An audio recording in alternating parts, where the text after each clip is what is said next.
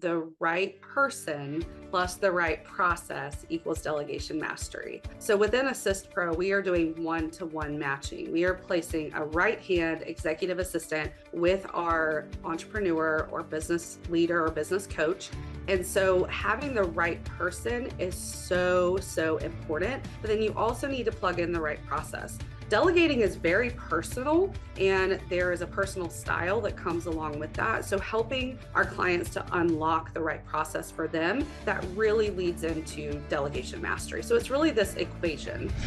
Welcome to Grow Think Tank. This is the one and only place where you will get insight from the founders and the CEOs of the fastest growing privately held companies. I am the host. My name is Gene Hammett. I help leaders and their teams navigate the defining moments of their growth. Are you ready to grow? Today, we're going to talk about one of my favorite subjects as it relates to company growth, and that's delegate better. When you really think about the work that you're doing today, are you playing at your highest level or are you playing safe? I know that there's a lot of things that we have to do. I struggle with this on a day-to-day basis with all of the projects we have, and the team is growing and the opportunities in front of us. But are you delegating in a way that allows you to grow yourself, grow the company, grow those around you? Delegating better is not just something that you want to, sort of put your toe in. You really would want to lean into this and make sure that you are leading from a place of power and a place of, connection. And inside today's episode, we're going to unpack this whole concept of delegating better with our special guest, Jenna Spencer. She is the founder of AssistPro. They were on the Inc. 5000.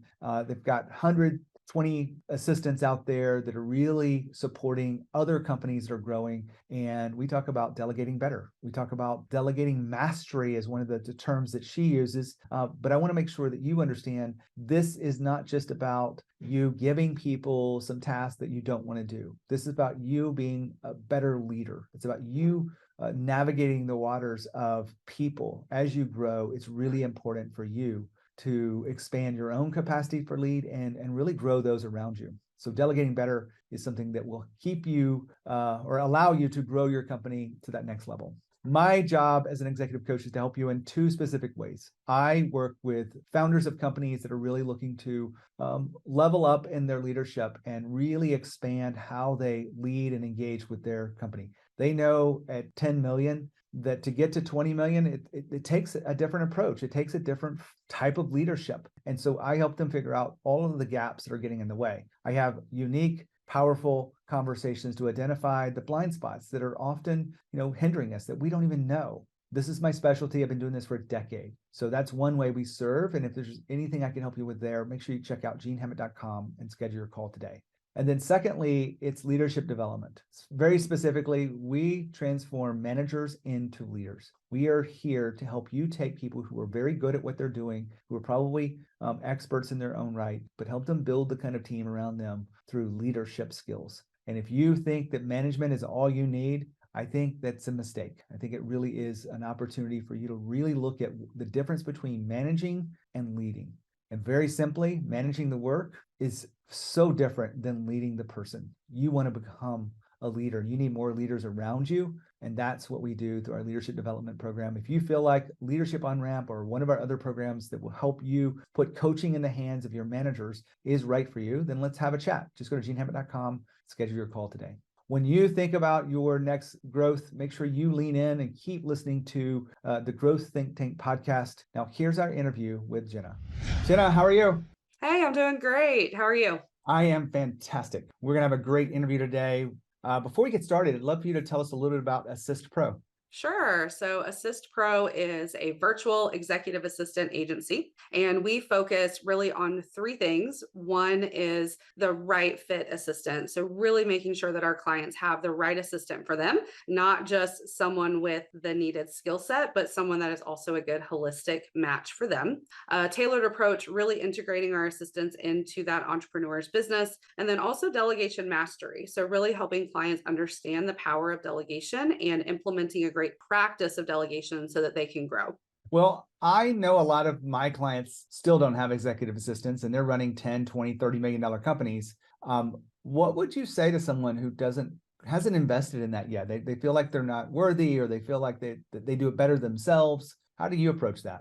Well, there certainly is a lot of fear around delegation. What I find most times is that my clients have a fear or a block around delegating because they're going to be delegating things that they've normally been doing for themselves. So there's either, like you said, that block of, I don't really feel like I deserve for someone to do these things for me, or it's just faster, all the reasons why I should continue to do them.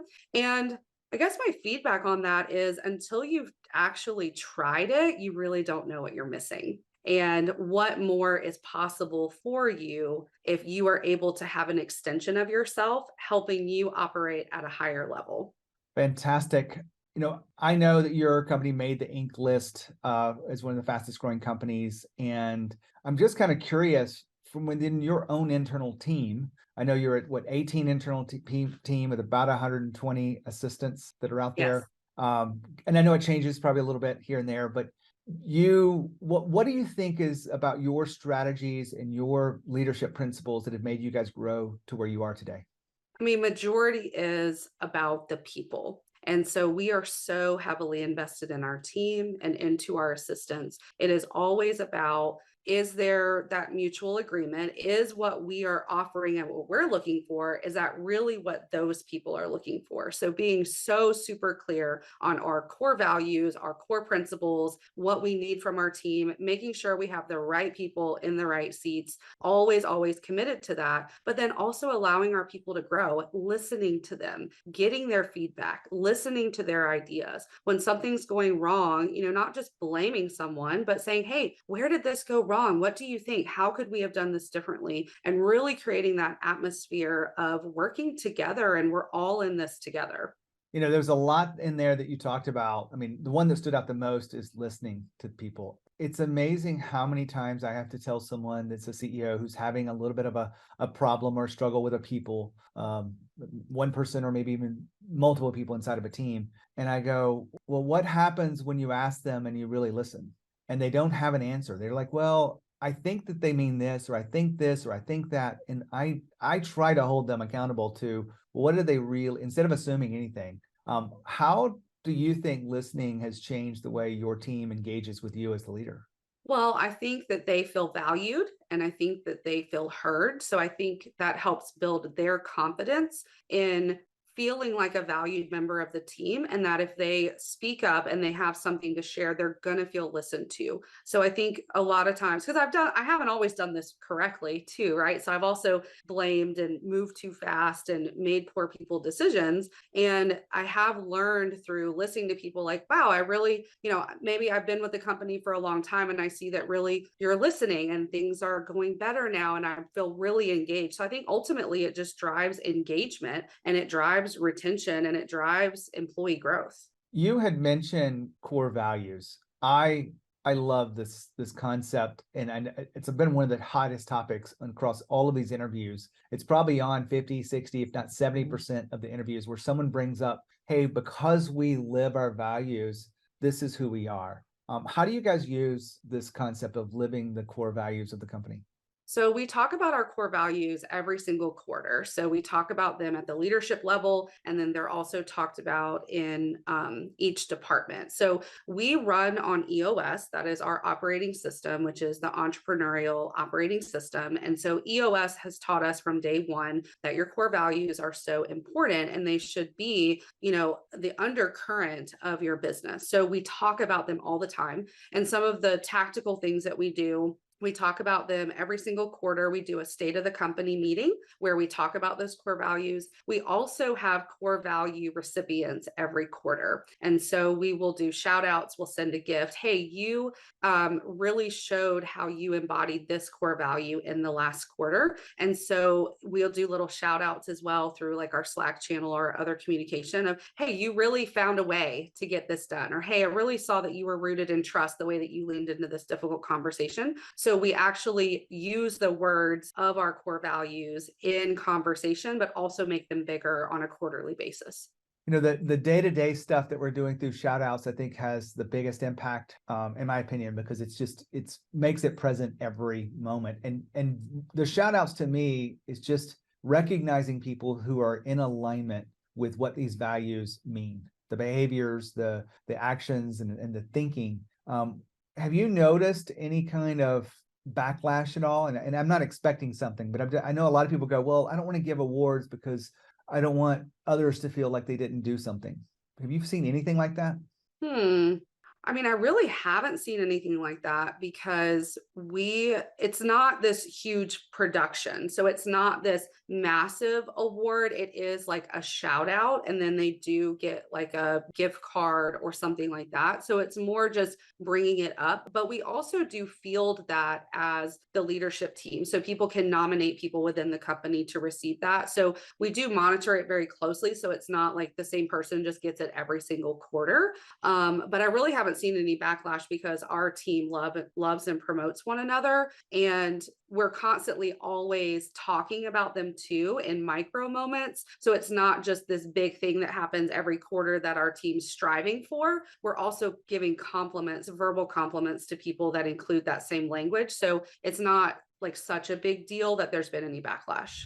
Now, I was just probing about recognition of people, and I will be very clear with this. I believe that we should be recognizing people that are aligned with the values. There's two benefits behind this. One is for the receiver of that. They're able to understand a signal and get feedback that they're doing the right things, they're going in the right direction. And that is really powerful, because if they don't feel that, they won't feel appreciated.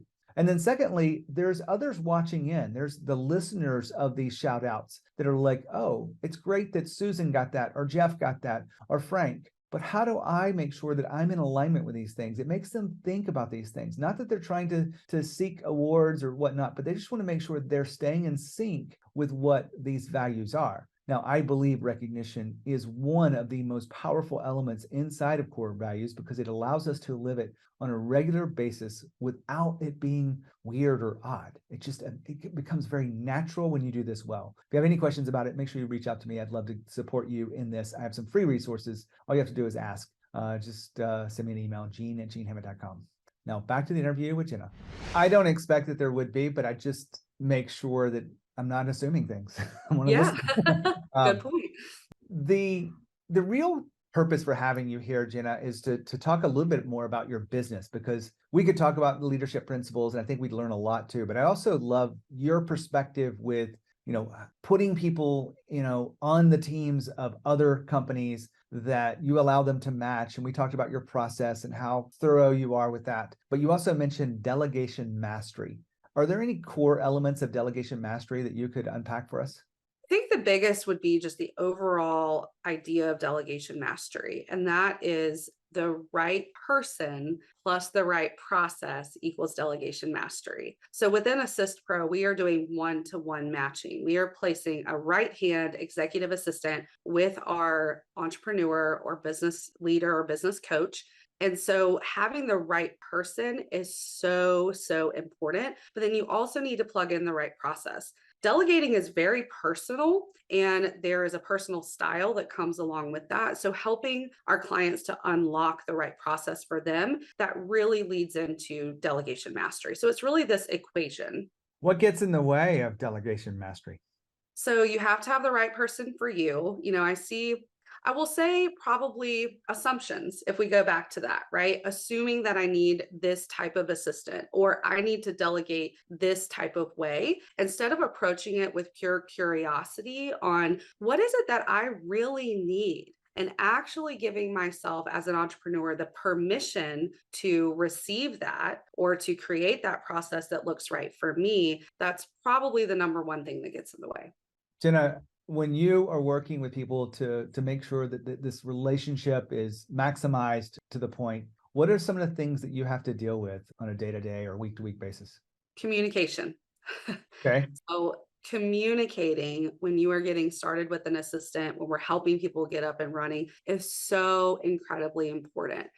As fast-paced, growth-oriented entrepreneurs, there are millions of details floating around in our brain. And so there is no possible way that someone else can truly understand that in a short amount of time. But there's also kind of a barrier between what we think we're communicating and what details are still in our brain. And so really peeling back the communication, getting into the details, and taking it one step at a time, that's really the biggest piece. I want to back up a second. Your company has grown fast because you're doing some of the right things. And we do research. We don't just put people on the podcast. We get pitched probably 20 or 30 pitches a day. We don't really take any of them. Wow. Secret. We really curate the guests that come on the show. And so we reached out to you because you guys are doing something different. What have we not talked about today that you feel like is necessary that really leaders should understand about creating a growth-oriented company? So for me, as a super fast-paced individual and entrepreneur, I believe firmly that an operating system is a vital component of keeping the wheels on the bus while you're in hyper growth. I have utilized EOS since day one. And just having the structure of dedicated meeting times, dedicated vision, managing the 6 components of the business, being able to get out of the business one day a quarter to work on the business, having that operating system has been vital to my success. And I think really should be heavily considered by every entrepreneur, especially if you're a fast growth entrepreneur. I'm going to ask you something that may challenge you. Sure. Okay, if we dive into an area that you maybe don't even think about this. Yeah. I believe that EOS is a really good system too. A lot of my clients are using it, but every once in a while it'll come up. There's some gaps inside of their stuff. And the only reason I ask you this question is that what are the gaps is because it's a book. It's not meant to have everything in the world. You cannot put the whole kitchen sink inside of a book and say, okay, this is it. So how would you look at the gaps in the EOS traction and all the systems that they use? Can you identify any of those? Let's see.